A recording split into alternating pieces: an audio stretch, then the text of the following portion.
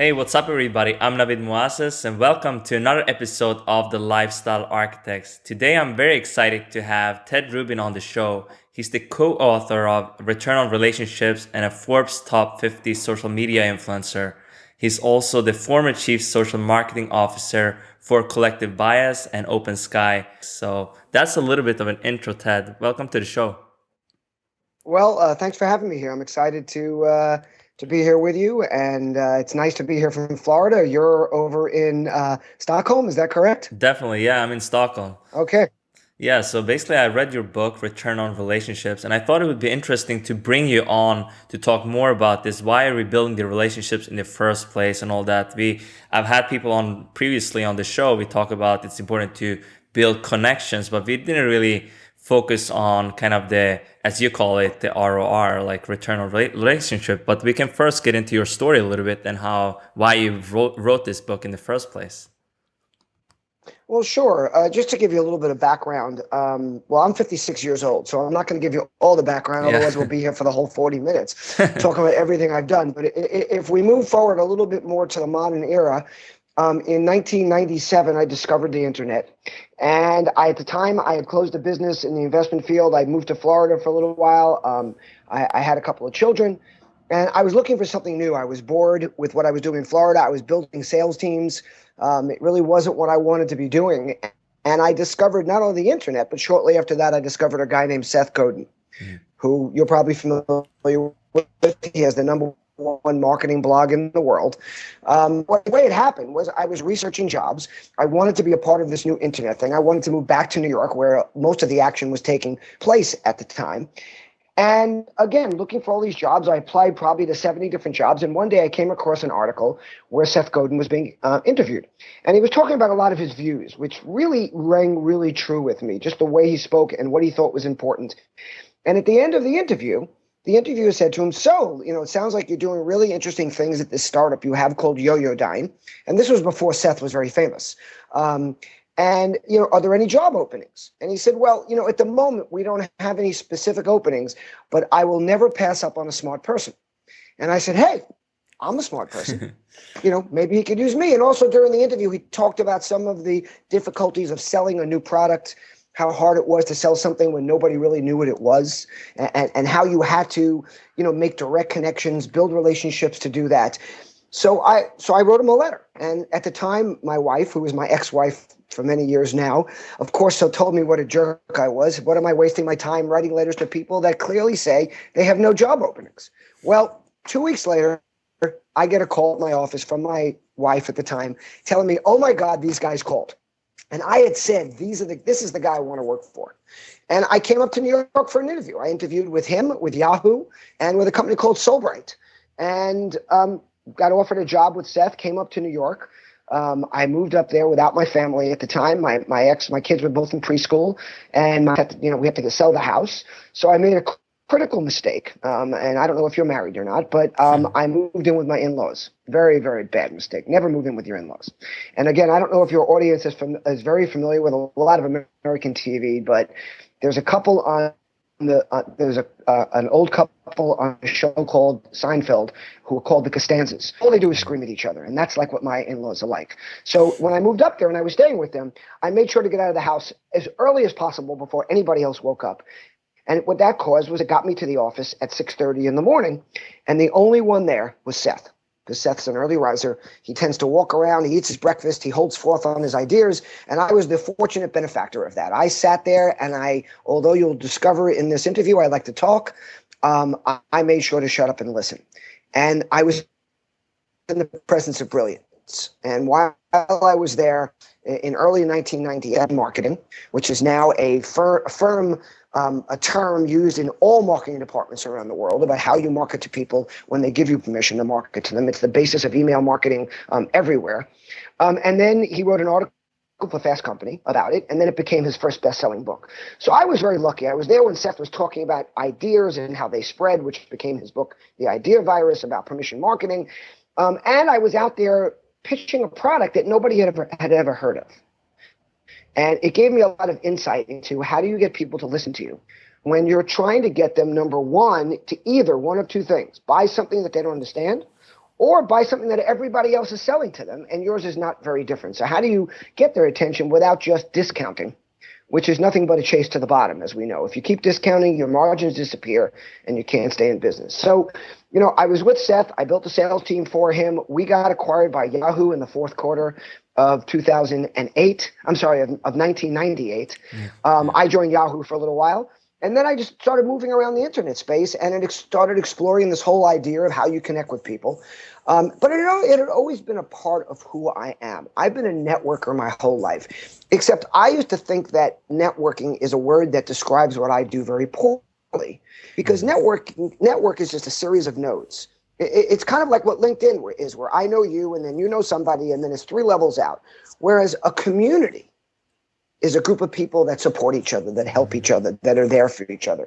So what I started doing is I started building all my friends and all the people I started meeting in business into more of a community. Before these social networks existed, I set up dinners where I invited all friends from different walks of life.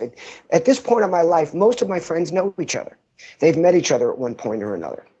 So I continued with this. And when I really got into social marketing was when I joined ELF Cosmetics. EyeSLipsFace.com. It's ELF. And they were a company that had built a cosmetics brand, selling cosmetics very inexpensively at $1 a piece, trying to compete with the prestige brands. And they had built it strictly on word of mouth. They had no marketing budget. All their money went into producing their product and delivering their product. And the way the product sold was by people talking about it. And they did an amazing job. Over a few years, they built the company to about $10 million in sales. But they kind of hit a wall with traditional word of mouth, people talking to each other, PR, things being written up about them in beauty magazines. And they were looking for somebody who could hopefully take them to the next level. And I was fortunate enough to be introduced to them. And when I joined them, it was the time in 2008 when social media was just starting to scale. Facebook, YouTube had already scaled, but it still wasn't the accepted vehicle that it's become today. And I had an opportunity and an idea that if we jumped heavily into this space, it could take what they had started and bring it to a much higher level. But just like now, it wasn't easy. It was a new thing. Even today, what's the ROI? Where does this come from? So I was out there building these platforms, and every day they were asking me, when can we sell to these people? When can we send out offers? All they wanted to do was use the connections we were making via social, like an email marketing list. And I kept saying, it was like my baby. You can't talk to these people yet. I'm managing these people. And in my eyes, and I didn't know for sure, this was all early testing, but I felt that the best way to work with these people, and from the way I saw people communicating on these platforms, was to share valuable information, was to build relationships, was to what do you do when you build a relationship? You find out somebody's name. You get to know them. You find out what they're about. You don't just tell them what you're about. And I started doing that. And I started growing the presence. And by the end of 2009, I had the largest social media presence for a cosmetics brand against the likes of an Estee Lauder, a L'Oreal, a Sephora. And the good news for me was they all had legal departments and lawyers telling them what they could and couldn't do. And I didn't. So I had a lot of advantages in my early years in social. Number one, I was selling a product to women. And let me make something perfectly clear to you, to your audience, to anybody I ever speak to. There is no social media without women. It ceases to exist. You and I, we don't communicate that way. We don't even listen to each other half the time when we're talking. I'm just waiting for you to finish talking so I can say what I want to say. That's the way men communicate. Women share, women compare, women ask for advice. When men ask for advice, they tend to go to one guy. Like, I don't know about you, but if I want a new TV, I go to my guy that knows the most about TVs. If I want a new car, I go to my buddy that has a new car. I don't poll all my friends, ask their opinions, and then try to make a decision. So I was selling to women. Number two is I was selling cosmetics. And cosmetics are what you call an aspirational product, meaning women feel good about it. They want to look better. They want to look like other people. They want to look pretty. And they feel good when they're buying it. So they're in a great frame of mind. Number three is it was a family-owned business, and we had no legal to test out and try anything I wanted. So that's really where a lot of this all started. I built the first aggregated content site for a brand, or definitely for a cosmetics brand, where all you had to do as a consumer was mention our name in a tweet, in a Facebook post, in a YouTube video, and it got sucked into our environment, which at the time we called Ask Elf, because we didn't want to put it right into our site because we really didn't know what we were going to get. But what we got was every single day people creating content for us about our brand. And we were getting more referrals from those videos, the junky women holding up their phones, all excited about putting on their makeup, than we were getting from professionally made makeup videos. So that's kind of where it all started. And then again, I had an early view into this. I was fortunate enough to be a part of something called the CMO Club and a couple of other CMO, Chief Marketing Officer organizations. I hung out with guys like Jeffrey Hazlett, who at the time was the CMO of Kodak and very into social media, and Barry Judge from Best Buy, who was also into social media. And we brainstormed, and then they had legal departments. I didn't, so I got to try everything. Definitely. I mean, that's interesting. And I mean, you were early on this with kind of the return on relationship. I don't know if you coined the term, but at least we can maybe give my audience a little overview of what that means, like what the phrase means, maybe in a simple way, how you explain it. Well, what I'd like to tell you is just a little bit about the term, how it came to be, that kind of a thing. So when I first started using return on relationship, I thought I coined it. So it was something that came to my mind. I was having an argument with somebody in the office. They kept saying, what's the return on investment? And I said, it's not about return on investment. And I just spurted it out. It's about return on relationship. And this was another person I work with, and they kind of looked at me quizzically. So I tweeted it. And within 10 minutes of tweeting it, and at that time I probably only had 1,000 followers, which was thought of to be a lot, I got 20 responses of people loving what I wrote. And then I went into a board meeting with the CEO and the founders of the company. And when they started asking me all these hard questions about return on investment, I started talking about the return on relationship and how when people like you, they buy more and they share with more people and they talk more about you, and you get a bigger share of voice and you get impressions out there and on and on. And they looked at me and they were like nodding their heads. And these are guys that rarely nodded their heads and agreed with anything. So I jumped in and started writing about return on relationship, using it, talking about it, extending on it. This was early 2009, probably January 2009. Now, when I went to write the book in 2012, I started doing a little research, and I found that a consulting firm back in 2001 wrote a white paper called Return on Relationship, which was very similar, not all, in ideas. At that point, I realized that somebody had used the term first. Therefore, I didn't want to say that I coined it. So I started saying that I started using, what I like to say is I started using and evangelizing the term return on relationship in early 2009. So that's where the idea came from and where the concept came from. So simply put, return on relationship is the value that is received by a person or a brand due to nurturing a relationship. So ROI, return on investment, is simple dollars and cents. This is what I put in. This is what I made. But ROR is about people. It's about the value that you get from sharing, from collaborating, from caring about people, from talking about people. All these things that happen, especially in the social world now. I mean, don't forget, we all did this before social media, but we did it in different ways. We did it almost exclusively via phone, face to face. Maybe if we really believed in something, as an individual, we maybe took out a little ad in something, or we opened a business. Now we're sharing things 24/7. We're sharing them on platforms that allow not just the people we know to see it, but anybody to see it. I mean, my Facebook page is opened up to everybody. It's not just open to my friends. So when I post something on Facebook, granted, it's more likely if you're my friend on Facebook that you're going to see it. But anybody that decides to come to Ted Rubin's page is going to see my thoughts. And anybody who shares what I'm saying, and fortunately I get a lot of shares, then their entire audience. So things spread very, very quickly. So my feeling is that brands have to start recognizing that in this day and age, how important relationships are, how important that advocacy is, whether it's from your employees or it's from consumers. That's where it comes in. So here's something that sometimes that people misunderstand. I'm not saying that return on relationship replaces return on investment. I'm saying return on relationship enhances return on investment. That it will make your return on investment better. Yeah, definitely. And I mean, all this is essentially like relationship marketing, and like how do we build, I mean, it starts with kind of building relationships in person. That can always start online, usually today at least. And I mean, with this, you meet someone maybe over Skype, and then you maybe meet them at an event, and then you maybe enhance that relationship and take it to another level. You become friends and so on.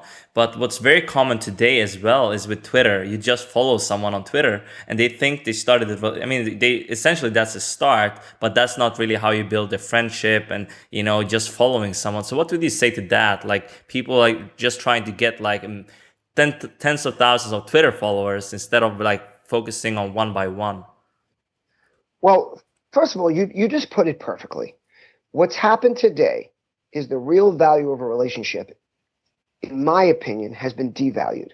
In other words, we're being given all these tools. Like I wake up every morning excited that I can meet new people and I can do it. It's what keeps me awake at night because I can do it 24/7.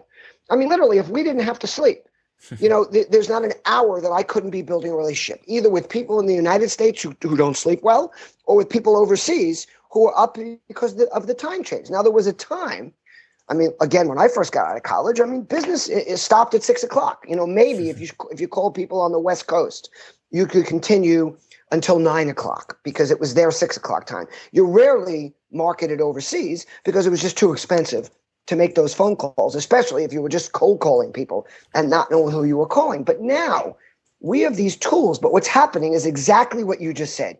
You hit the nail on the head. People are clicking a button and thinking that means they have a friend, or somebody follows you on Twitter, or somebody likes your page on Facebook. But all that is the initial handshake. Yeah. So if I shake your hand, are we friends? No. If I meet you in the street, we walk by each other, we stop and look at the same window, and you remark to me, that's pretty nice. I go, yeah, you're a nice guy. I shake your hand. We're not friends. What we did was we just opened the door to a friendship. So all of these things, like you said, a Twitter follow, they're opening the door. And then the reason I believe that we can do it one by one, a lot of people say that doesn't scale.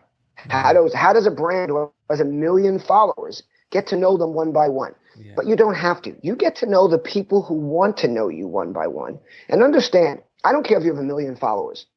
If there's 1,000 of them that actually want to talk to you and engage with you, that's a lot. But what happens is when you reach out and engage with each one of those people that do want to engage with you, everybody else that's watching participates what I call vicariously, meaning they participate by watching you do it. Just like when you do have the lottery over in Stockholm, where you can buy a lottery ticket and maybe win millions of dollars. They have that. It's very big in the States. I'm not sure if they have it in Stockholm. They probably do. Yeah. Okay. So what happens is you buy a ticket, you watch the ball drop, you see who wins, and you get excited for that person, not because you're happy they won, but because you see someone actually win and you say, hey, that could be me. That's what keeps you buying that ticket. Even though it's 1 in, let's say, 10 million that you could win, you get excited because you're participating vicariously through the person that won. So what are you doing? How many people do this? You start imagining, what would you do with the money if you won it? I would set my mother up in the most beautiful house. I would buy cars for each of my brothers. I would set up trust funds for their kids so they could go to college. Now, you haven't even won, and the odds are you will never, ever, ever win, but you're already participating in the whole thought process. Well, to me, that's what happens when brands or individuals connect with a certain amount of people in their audience. Because I can't tell you how many conferences I go to where there's people in the audience and maybe I've connected directly with just a few of them, or what they say is, oh, I see you online. You connect with so many people. I feel like we know each other because they watch you have a conversation and they feel that they're a part of it. I mean, look, what we're doing right here is social media. Mm-hmm. We're recording something that you're going to place out to your audience of everybody who watches your show. I will probably take it and put it on my blog. I will certainly share it via Facebook, LinkedIn, Twitter, Google+. And number one is I'm going to get a vaster audience for 2 reasons. I'm going to have reach into your audience because you're going to push me out to them. I'm going to have reach to people that in my audience because now they're going to see me with some great content that we've created together. And then anybody who shares it along the way, there's more and more people that get to see it. So to me, that's where a lot of this value comes in. But we have to start really talking to people. We have to do what I call, and I have a new book coming out in September. It's called Look People in the Eye Digitally. Oh, yeah. I love this expression in your book. Yeah. Yes. So I've taken the expression from the book. I'm writing a separate book. It's going to be a short one. It's going to be an easy read, about 60 or 70 pages. And what it's really going to do, it's going to take old concepts. Thanks for tuning in to today's episode of the Lifestyle Architect Show. For more information and to learn more about Navid's journey and how to start your own, Please visit navid.me. And I promise you, it's not my book, and it's not the book of anybody that you've seen present over the last number of years. I'm going to give you a clue. It was written in 1936 by an American. Yeah, it's How It's to Win called Friends. How to Win Friends. That's my favorite ahead, book. you That can was say that it. was the first book I ever read. It was How to Win Friends and Influence People. It's like you really changed my life, and that's the first book I read before I got into business. It's written by a guy named Dale Carnegie. It's one of the best books you could ever read about how to connect with people. And what I love about it is that although it was written in 1936, I think it's more relevant today than it was when it was written. Because when it was written, there were maybe 100 people living in your town, maybe 500 if you lived in a big town. There was just so many people you could engage with. But now, every single day, all over the world, we're connecting with people. So what does Dale Carnegie say? What are some of those principles of looking people in the eye digitally? And by the way, you can do all of this via social platforms. Call them by name. Everybody, no matter what country they live in, no matter what language they speak, there is no more beautiful word than the sound of your own name. So when you call people by name, so when you read their profile, you look at their name, you call them by that. If it isn't listed right in their username, go to their profile, read something about them. If you notice they're from Stockholm, make a comment. When you retweet me, instead of saying thanks for the retweet, by the way, help me. How do I pronounce your name properly? Navid. Navid. Yes, Okay. that's perfect. I thought it was, my brother's name is David, so I was thinking it was possibly David. So it's Navid. So instead of just saying, one thing I would always do is I'd reply to you and say either thanks for the retweet, Navid, or thanks for sharing, Navid, but I'd always include your name, even though it takes extra work. Now, a lot of people are either using tools or they're cutting and pasting, and they want to send out a very similar thing. But to take the moment to add their name, it means something to somebody. Now, even better, if you didn't include your name in your profile, and I had to dig a little deeper, I had to go to your profile page, I maybe had to click on a link you had in it, then you know that I went to the effort to find out who you are. Everybody appreciates it. Now I see that you're from Stockholm, and I can say, maybe make a comment, thanks for the retweet, Navid. I've never been to Stockholm. I'd really love to be there. Now you know that, again, I looked. Or when I reply to you, knowing that you're 6 hours or 5 hours ahead, instead of saying, make it a great day because it's 1 o'clock here in New York or in Florida, I might say, make it a great night because I know that. Or if you're in Australia, I might say, make it a great Tuesday or a Wednesday because I know it's the following day. These are little things that show people that you're paying attention. So if I click on a link and it says Park City is a city in Utah, a town in Utah that's known for its skiing. So what I'll do is if I see someone's from Park City, I'll reply, thanks, Navid. I love to ski. That's all I'll say. I won't say I noticed you live in Park City. I'll say something that makes you know that I'm paying attention. So that's one way. Another thing is to ask them what's important to them. When people call me, a lot of times, I have a buddy named John Andrews. John was the founder of Collective Bias. He was my partner when I worked there. John, every day, matter of fact, I got a call from him right before I had to get on with you, so I couldn't take it. But the voice message I got was, hey, Ted, it's John. How are you? What can I do for you today? What can I do for you? And these are the kind of things we have to start doing to people. We have to start listening to them. We have to start saying, how can I help you? What can I do to be of service to you? Listen to what they're saying and talk about topics that are important to them. Definitely. I mean, all this you're saying here is essentially like you're making them feel special about them. They are not just another follower. You make them really feel special about, like, as you said, like calling them by their name and like something special. I'm in Stockholm, for example. Any other things you can do maybe in your in your bio or something to really stand out, online, to maybe have some personal stuff. That's what I like to do, maybe on my about page, on my blog or Twitter profile. Stuff like that also matters. By the way, you made a great point, and I'm glad you brought that up. Because if you give people tools, if you don't put anything on your page, then you're not allowing them to show that they care about you. So one of the things I like to do is, first of all, there's a lot of real estate on a Twitter page that goes beyond the small little bio. Now, people think that most people don't use Twitter to do their tweeting. Most people use apps, but a lot of people go to the Twitter page to see who you are and what you're about. I do that for everybody. And you have so much more space on that page that you can use Photoshop for, or get a designer, or some of it you can do yourself if you have those kind of talents, to add information about yourself, your Facebook URL, your LinkedIn URL, maybe a bio. Like if you look at mine, there's a lot of information about me. But those kind of things help. And then one of the little tricks I like to do is on most of my Twitter handles, in the bio, since it's so short, I put a quote. Because I think quotes give people there are two things that happen. It gives them a view into your soul and who you are and what's important to you. But it also gives them the ability to interpret it any way they want. So the quote on my personal at Ted Rubin Twitter handle is, life's not about waiting for the storm to pass. It's about learning to dance in the rain. Now, that quote has a lot of meaning for me because I went through a lot of challenges in my life. I'm a divorced dad. I had to fight to keep my daughters in my life.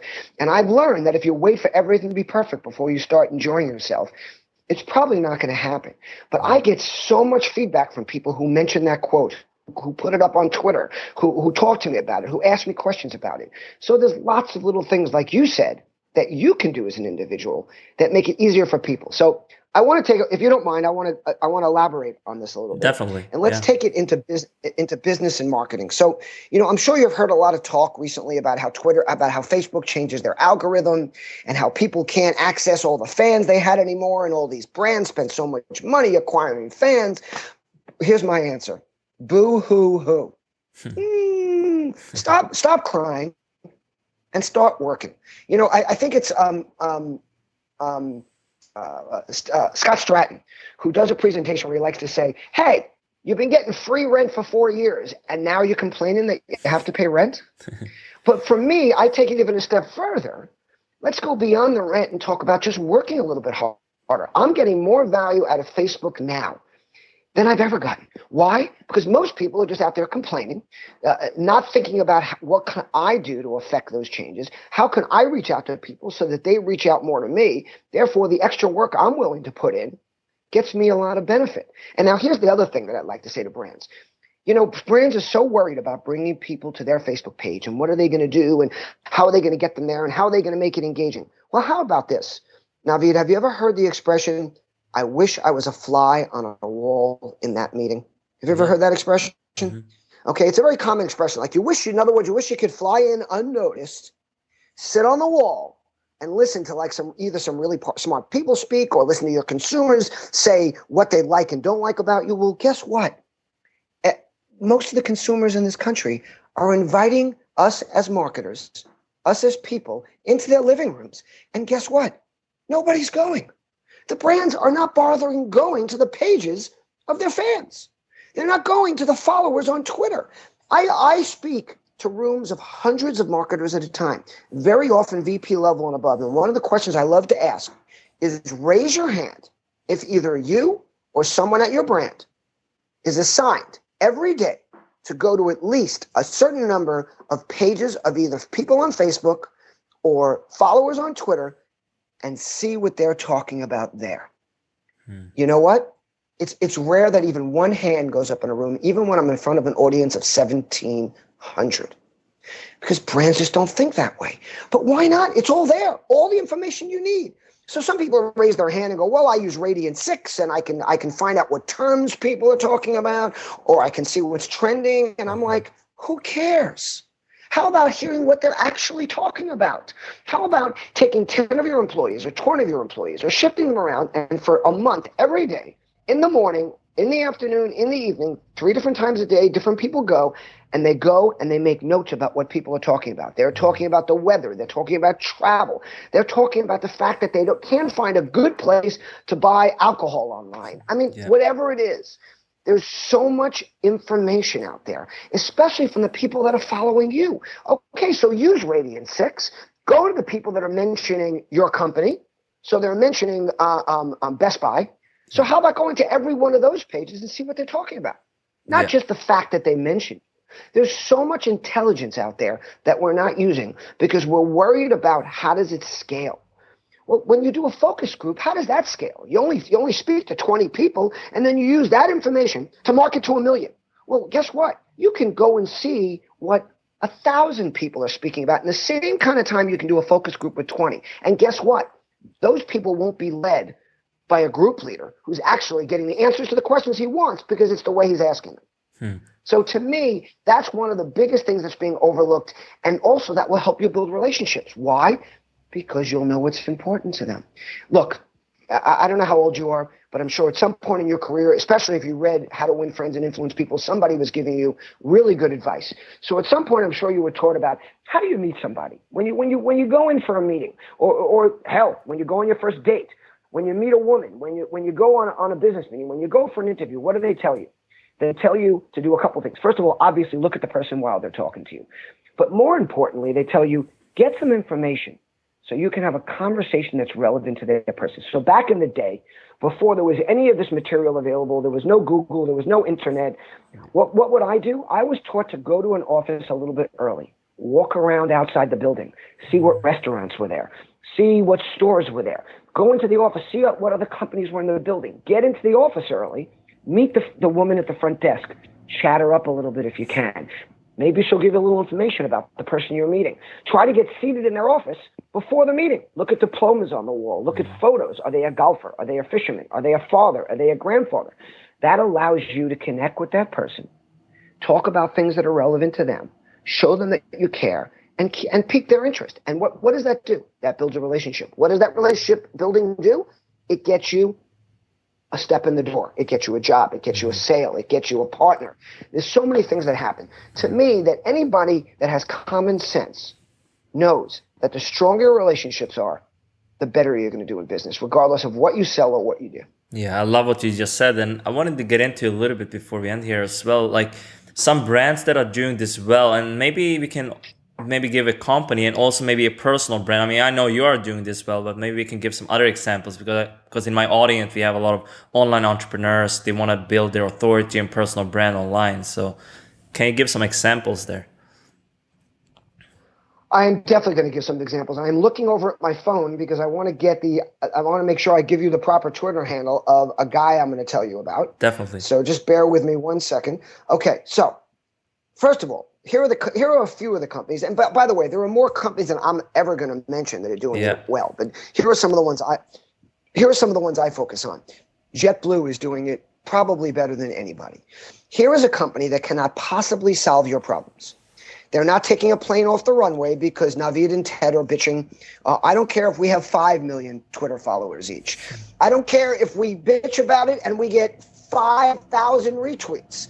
That plane's not taken off the runway if the engine's not working or if the tower's not letting it go or whatever reason. So the same thing if they lose my bags, they're not going to miraculously find my bag just because I'm complaining to a lot of people. What they do exceptionally well is they interact and engage with people. They listen. They give them information. Most people just want to be heard. I mean, think about it. You hear about this all the time. We're guys, and what are we told? If we could just listen to women, if we could just pay attention to what they were saying to us, we'd probably be the busiest guy in the world. It's just very difficult for us.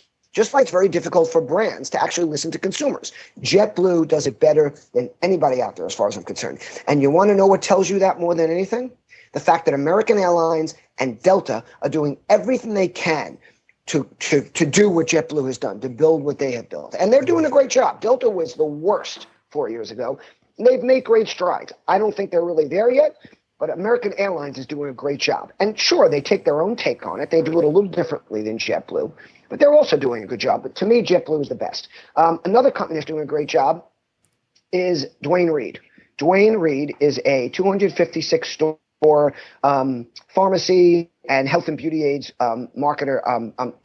retailer in the New York area. Now, full disclosure, I used to work with them when I was at Collective Bias back in 2011. We built their social strategy. When I joined them, they had 900 Twitter followers. Right now, I believe they have about 2.4 million, more than any retailer in the world, including Walmart and Target combined. And why? Because they engage people. They communicate with them. They put out valuable information. They don't talk about their store and products primarily. They talk about things that their consumers want to hear about. They discovered that was New York lifestyle, New York skylines, fun things. They interact and engage. So they're doing a great job. Adobe does a great job empowering their employees, a little bit different. What Adobe does is they take employees who raise their hand and say they want to be a part of the program. They certify them. And then they have employees all over the world that answer questions online. So just to give you a quick story about that, I'm a divorced dad, and I take any opportunity I can to engage with my daughters. But I also had to learn that I don't just say yes to everything because, if my daughters want something that's expensive, then that requires a conversation. So my older daughter wanted Adobe Photoshop when she was 15, and that cost a few dollars. So that wasn't just, Dad, can I have Adobe Photoshop? Sure, go get it, put it on my credit card. It was like, well, we have to talk about it. So we have a conversation. She tells me that she wants to be an artist and she wants to go to school for fine arts when she graduates high school, and she's a straight A student. She's been taking art classes for over 10 years, and now it's important for her to have this for some of the photography she's doing. So I say, that's a great thing. Let's do it. So she says, well, can we order it? I said, sure. She goes, well, listen. She goes, Mom says you're going to try to get a pirated version to save money. This is a typical divorced dad kind of stuff. I wanted from Adobe, the real Adobe. I said, well, honey, we'll do that. Why don't you come over tonight and we'll do it together? And she comes over. Now, mind you, it isn't my night, and my ex doesn't give me any extra time. So every 5 minutes, the text is going off to my daughter saying, when are you coming home? This isn't Dad's night. So it's very stressful. And we're trying to download Adobe Photoshop. Now, I don't know if you've ever tried to do that, but it's incredibly difficult. They make amazing products, but their downloading process is next to impossible. So, of course, we can't get the damn thing downloaded. We're getting frustrated. My daughter's getting nervous. We call customer service, and what do we get? It's after 6 p.m., and there's nobody there till tomorrow morning. So I go to Twitter. Now, I don't complain. I don't even tag Adobe. I don't even write out Adobe. I'm hoping that someone like yourself can help me. I have a lot of followers, so I write, hey, can anybody out there help me get Adobe Photoshop downloaded? I'm having a real problem. Within 5 to 7 minutes, I had 10 responses from 10 different Adobe employees all over the world in all different job functions. I mean, and which means they were keeping an eye out, not just for the at Adobe, but for anybody who mentioned Adobe.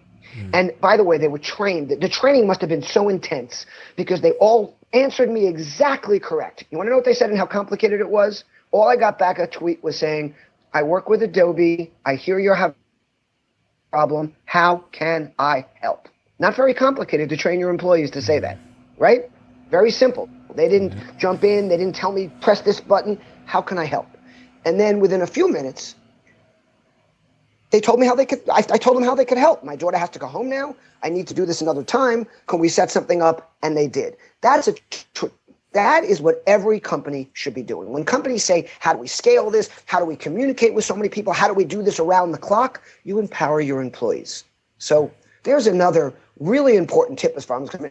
And there's a company that's really doing it right. Dell is doing a great job. Dell is doing such a great job with social that for a while, I believe they might have discontinued this, but for a while they were selling their services to other brands to help them run their social. Don't quote me on whether that's happening or not anymore. I'm not sure. But last I heard, it might not have been happening anymore just because they felt it wasn't really a profit center for them or something that they wanted to do. But there's a lot of companies out there, and it's really easy. It's just mostly about listening. Yeah. It's not that complicated. It's about paying attention. It's about not walking away from a conversation when you're in the middle of it. It's about not just broadcasting. Now, a lot of people say, don't broadcast on social media. It's not the place for it. I disagree. There are times to broadcast information. But the point is, if you're broadcasting, be prepared for the questions, for the comebacks, for the engagement that's going to come along with it. And then use that to, again, let people know you care. And that's how you build a relationship. And to me, that's how you enhance your business. So one last thing I'll leave you with. People say that Apple doesn't do social. Of course Apple does social. Their brand is just so good and so strong that they don't have their own social presence. They let all of us do their social for them. They let their Genius Bar, they let their stores do their social for them. I mean, look, I'm a very impatient guy. I'm incredibly busy. I want to move along. I want to get things. I have never been in an Apple store where I didn't walk out satisfied. Even when I have to be there for 4 hours. Yeah. What did I do? They have great Wi-Fi. I open up my laptop. They let me sit there and work. They don't tell me I can't be there that long. They'll even let me use their equipment while I'm there. I mean, think about that. That's them doing social, but they're letting us do it for them. because they are so incredibly good as a company. Definitely, and that's what you kind of call also brand advocates as well. We are doing the marketing for them on social media, and maybe we as like small like personal brands, we can take from these big businesses as well and just listen on there. Like Gary Vaynerchuk, for example, like if you look at his Twitter feed, it's just like at replies, to people, and Right. I mean, I'm sure like you do the same. You like reply to a lot of people and not just share your own Right. stuff. So, Gary does a great job. I want to point out a few people that are up and comers that I think are doing a great Sure. job. So one of them is a guy named Brian Fanzo, Fanzo. His Twitter handle, I believe, is I Social Fan. So that's the letter I, SOCIAL, F as in Frank, ANZ. Z as in zebra. He lives in Phoenix, Arizona. He is a guy that was a technology guy that in some ways didn't believe in all this stuff, started using it more like a technologist, tries out things, and now he's actually become a marketer because he really believes in all the stuff he's doing. He's building some great relationships. Then there's a woman I know in South Florida who's doing an amazing job in the sports area and also speaking her mind. Her name is Tiffany Dipani, and her Twitter handle is TiffDip, TIFDIP as in Peter. She's a great example because she works at a company that is very localized, and they're in the rehab chiropractic field, but it's also they do a lot of work in the sports related fields. Her passion is sports. She worked for the LPGA at one time for the Super Bowl and the NFL. But what she does is that she's a very busy person. And for a little while, she had trouble wrapping her arms around how do I stay engaged? How do I answer people all the time and continue doing my job? But she's learned now to integrate it into what she does, to find time to get back to everybody, to realize how her personal brand is growing and how it can take her to new levels and to do things that she loves, even while she's doing a job that she loves. But now she can do things about sports, around all different things. So there's so many people out there that are doing amazing things like this. And Tim McDonald, who up until recently ran communities for Huffington Post, he's doing a great job communicating with people. So, I think every day, people say to me, oh, there's so much garbage on Twitter. Well, it's real simple. Go through the feed and just find the people that aren't posting, promotional things, and find the people that are conversing. Another great way to meet people like that is to go into Twitter, to Twitter chats. Yeah. So there's a lot of tweet chats out there. Find some of them on different topics, and you're very likely to find some of the people that are most outgoing, that are talking to people the most, that are most engaged. It can be an incredible thing, an incredible way to find people who can give you good information. Definitely. I mean, something that worked for me is putting them in Twitter lists as well, like kind of sorting them, Right. so I know where to find them. I mean, we can cover so much stuff on this, but we're running out of time. So, we didn't cover much of kind of the blog platform and all this, but that's obviously also important. So you have the blog, you have other platforms, you have podcasts. There's so much stuff, how you can build great relationships online, essentially.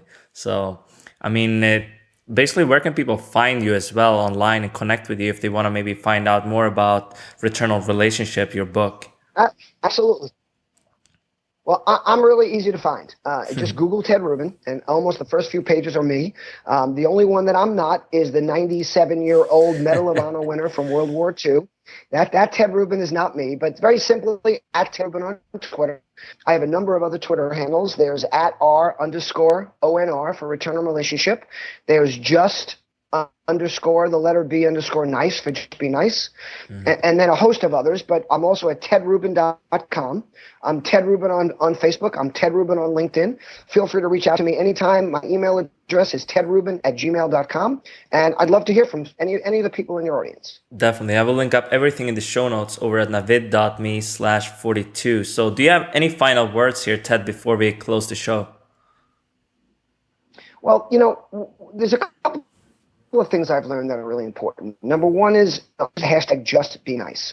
JUSTBENICE. I think that's really important for people to learn and for businesses to learn, because everybody prefers to deal with people who are nice to them, who treat them well. It's amazing the difference it can make in your day. So that's really important. Another thing is I like to tell people, I'm holding up something right now. You guys might see it. You'll know what it is. It's an iPhone, right? Okay. iPhones are really cool. It's just, there are a lot of other smartphones out there. But when I ask an audience, what's the biggest word in iPhone? 9 out of 10 times, everybody yells out the word I. And I laugh and I say, it's not I. The biggest word is phone. Okay. It's not just about you. And what I'm telling people to do is everybody that has smartphones know that they come with apps. You can get all different apps, and some people have thousands of them. Well, there's an app on these phones that most people don't even know exists. They barely use, and it comes preloaded on the phone. Okay. It's a screen, and it looks like that. It has numbers on it. And if you press a certain amount of those numbers, you listen, you hear a ringing sound, and somebody actually answers the phone, and you can hear their voice, just like you can hear our voices now. And you don't have to use emoticons to express emotion. You can laugh, you can cry, you can yell, you can scream. We don't use this thing enough. So I'm going to challenge your audience. And I'll tell next 30 days, pick up the phone and for every day call someone you haven't spoken to in a long time, or at least in 30 days, and just say hello. Make it easy for them. If they're busy, don't keep them on the phone. Most people don't answer the phone because they're afraid they'll get stuck on the phone. So make it a thing where they know when you call, you're going to say, hey, it's Navid. What can I do for you today? And if they say, hey, nothing, everything's great, I'm so glad you called, well, that's a signal to say, great, have a nice day. Or if they start engaging you, there's an opportunity to engage. You'll be incredibly surprised at, number one, the relationships you can build that way. And the way it scales is people will start saying, they'll start talking about you. They'll start saying, hey, Navid called me the other day. And people will share that. And then they'll think, hey, maybe he'll call me. And those things, they scale. And because I like to say that a brand is what a business or a person does, but a reputation is what people remember. I love these. And if you build your reputation, it'll go a long way. Definitely. I mean, this challenge is amazing. I will take you up on this challenge too, actually. This is great. I think my audience, I really encourage you as well. Like if you're listening to this, to take you up on this challenge Ted challenged us to do. So thanks so much, Ted, for coming on my show here. My pleasure. I really loved it. Looking forward to seeing the show, and send me a link as soon as it's published.